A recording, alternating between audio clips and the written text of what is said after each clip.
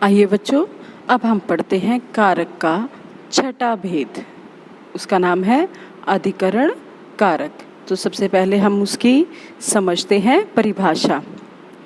वाक्य में क्रिया जिस स्थान या समय पर घटित हो, यानी जो वाक्य आपको दिया गया है उसमें क्रिया का स्थान पता होगा या समय पता होगा कि किस समय क्रिया हुई है और कहाँ पर हुई है। उस स्थान या समय का आधार बनने वाली संज्ञा अधिकरण कारक में कही जाती है। किस में कही जाती है? अधिकरण कारक में। एक बार फिर से समझते हैं। क्रिया के स्थान को या समय को प्रकट करने वाले संज्ञा या सर्वनाम शब्द अधिकरण कारक कहलाते हैं। इसका चिन्ह में या पर है। इसका चिन्ह क्या है? में या पर। आपको स्लाइड में दिख भी रहा होगा। कुछ अन्य भी चिन्ह है, जैसे ऊपर, के भीतर, के पहले, को। ये इस प्रकार क्या है? अधिकरण कारक, जहाँ पर क्रिया का समय और स्थान हमें पता चले और वह चिन्ह उसके पीछे लगा होता है में या पर। अब देखो कुछ उदाहरण।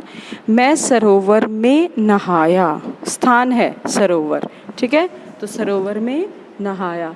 गुरुजी कुर्सी पर बैठे हैं। कहाँ पर है? स्थान क्या है? कुर्सी। तो क्या हो गया वो? अधिकरण कारक। बिल्ली रसोई में है। रसोई स्थान है, में या पर आपको अभी समझाया था। उसके बाद देखो, बच्चे छत पर खेल रहे हैं। छत पर। वह मेज के ऊपर पैर रखकर बैठा है। अगला है, घर के भीतर कोई चोर है। तो इस प्रकार रसोई में, छत पर, मेज के ऊपर, घर के भीतर, ये सब क्या है? अधिकरण कारक।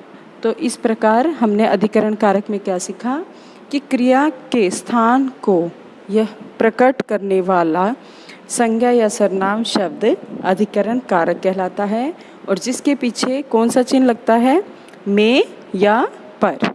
में लगेगा या फिर पर लगेगा। इन दोनों में से कोई एक चिन्ह पीछे लगता है।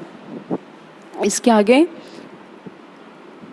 अब आप अधिकरण कारक में आपको पहचान ये रखनी है कि वहाँ पर कहाँ का उत्तर आपको मिलता है। जैसे कहाँ? छत पर, रसोई में। तो अब देखो सारणी के माध्यम से हम समझेंगे। अब अधिकरण को ध्यान से देखें। यहाँ पर अधिकरण में है में पर। क्या है? में और पर चिन्ह दिया गया। और यहाँ पर अर्थ क्या है अधिकरण का? क्रिया का आधार, यानी क्रिया का जो बेस है वो क्या है? बेस होता है स्थान। स्थान की हम बात करते हैं कि क्रिया का क्या आधार है, क्रिया किस बेस पर हमें वहाँ पर अर्थ दे रही है। जैसे मैं सरोवर में नहाया। कौन सा स्थान है? सरोवर। वह कुर्सी पर बैठा है। तो कौन सा स्थान है वो? कुर्सी।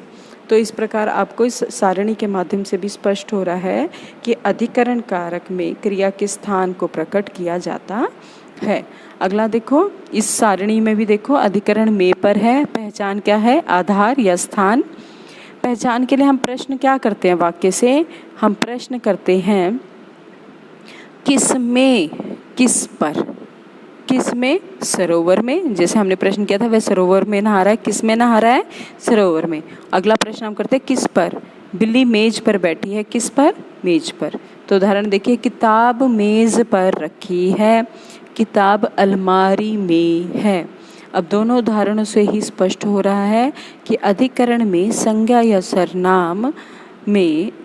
सर्वनाम क्रिया के स्थान को प्रकट करते हैं और उनका जो प्रमुख चिन्ह है वह है में पर।